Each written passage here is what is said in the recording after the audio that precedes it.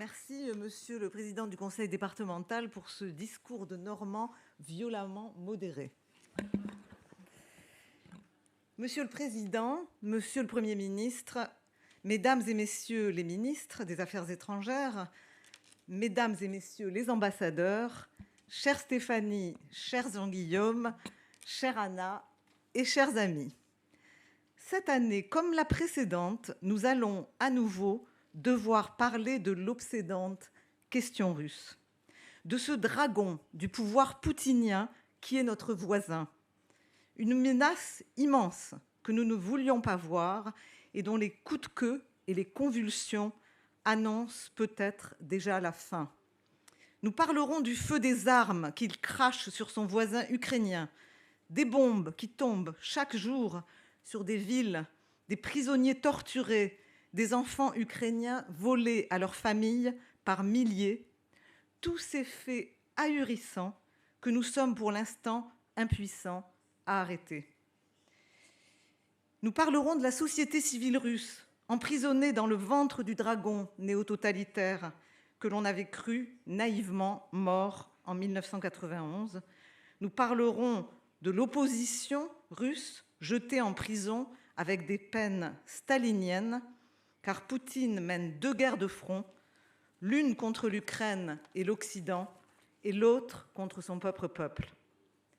Chers amis, il y a une très bonne nouvelle dans ce tableau d'apocalypse, c'est que le David ukrainien s'emploie à terrasser le dragon et ne lâche pas un pouce. Il regagne même du terrain. Laissez-moi vous parler un instant de ce David que j'ai vu il y a quelques jours en Ukraine. Il a 1001 visages, celui de Volodymyr Zelensky, ancien acteur devenu commandant en chef à la métamorphose proprement churchillienne, celui d'Olexandra Matvichuk, à laquelle je souhaite une chaleureuse bienvenue.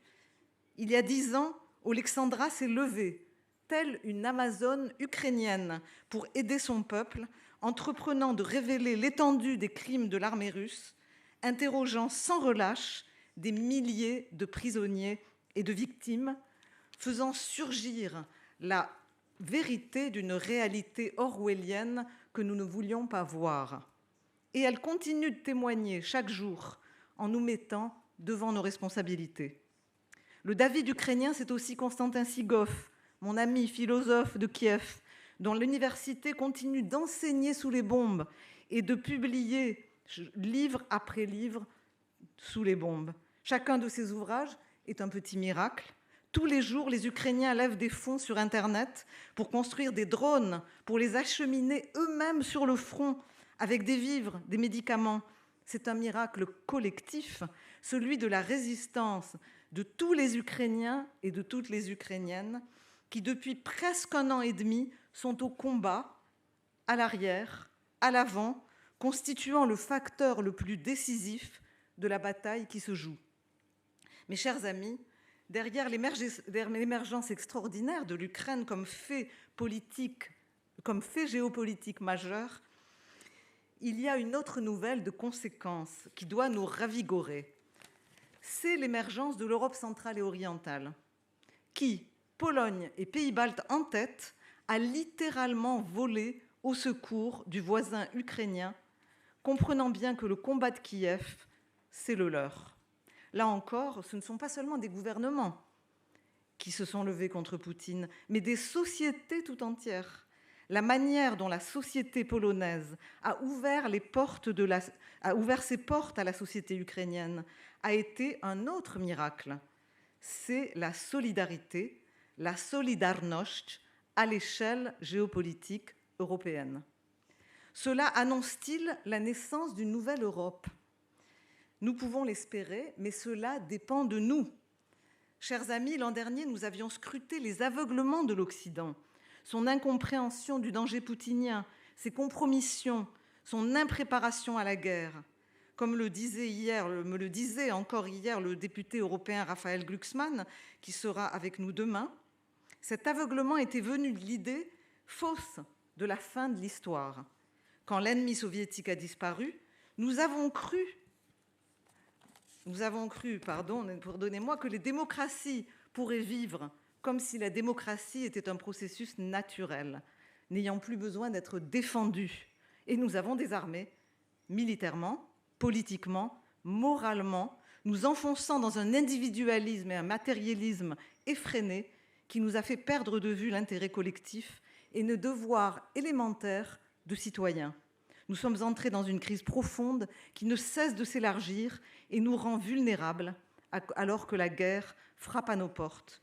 Le réveil est difficile après notre sommeil bien imprudent, mais nous nous sommes malgré tout rassemblés sous la houlette des États-Unis, une fois de plus, pour faire face. Nous nous sommes mis à aider l'Ukraine. Chers amis, tous ces efforts ne seront pas suffisants si nous faiblissons aujourd'hui.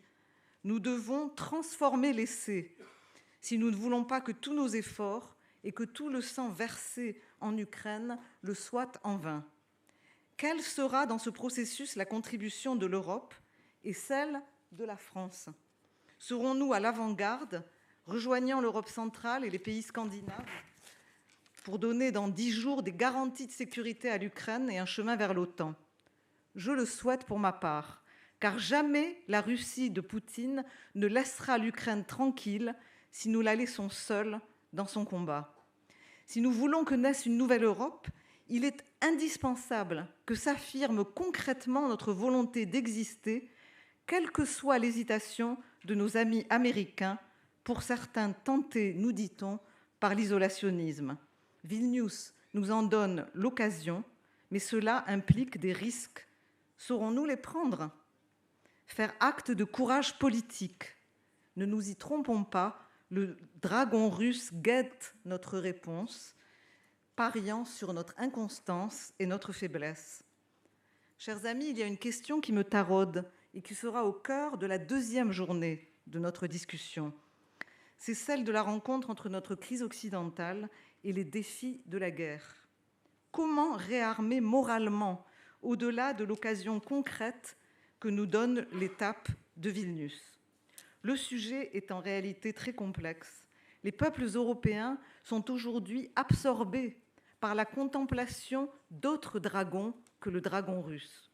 L'islamisation qui galope dans nos murs, l'insécurité qui traduit, comme hier à Nanterre, un ensauvagement et une dislocation du tissu social. Tout cela fait que le peuple n'arrive pas à connecter l'enjeu ukrainien à ses préoccupations quotidiennes.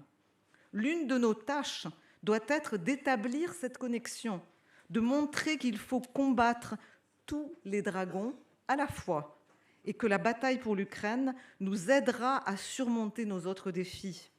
À cet égard, on peut dire que l'Ukraine, par son comportement collectif, nous fait une proposition, car elle dessine les 3 conditions qui pourraient mener à la naissance d'une nouvelle Europe. Réarmer, pour pouvoir nous défendre, faire acte de volonté politique et redevenir citoyens au lieu de nous laisser dissoudre dans un individualisme délétère. Chers amis, comme beaucoup d'Européens de l'Est, le philosophe Konstantin Sigov est persuadé que l'Europe, et notamment la France, se sous-estiment, que nous pouvons rebondir, que la guerre nous offre cette opportunité de l'action qui peut créer un cercle vertueux.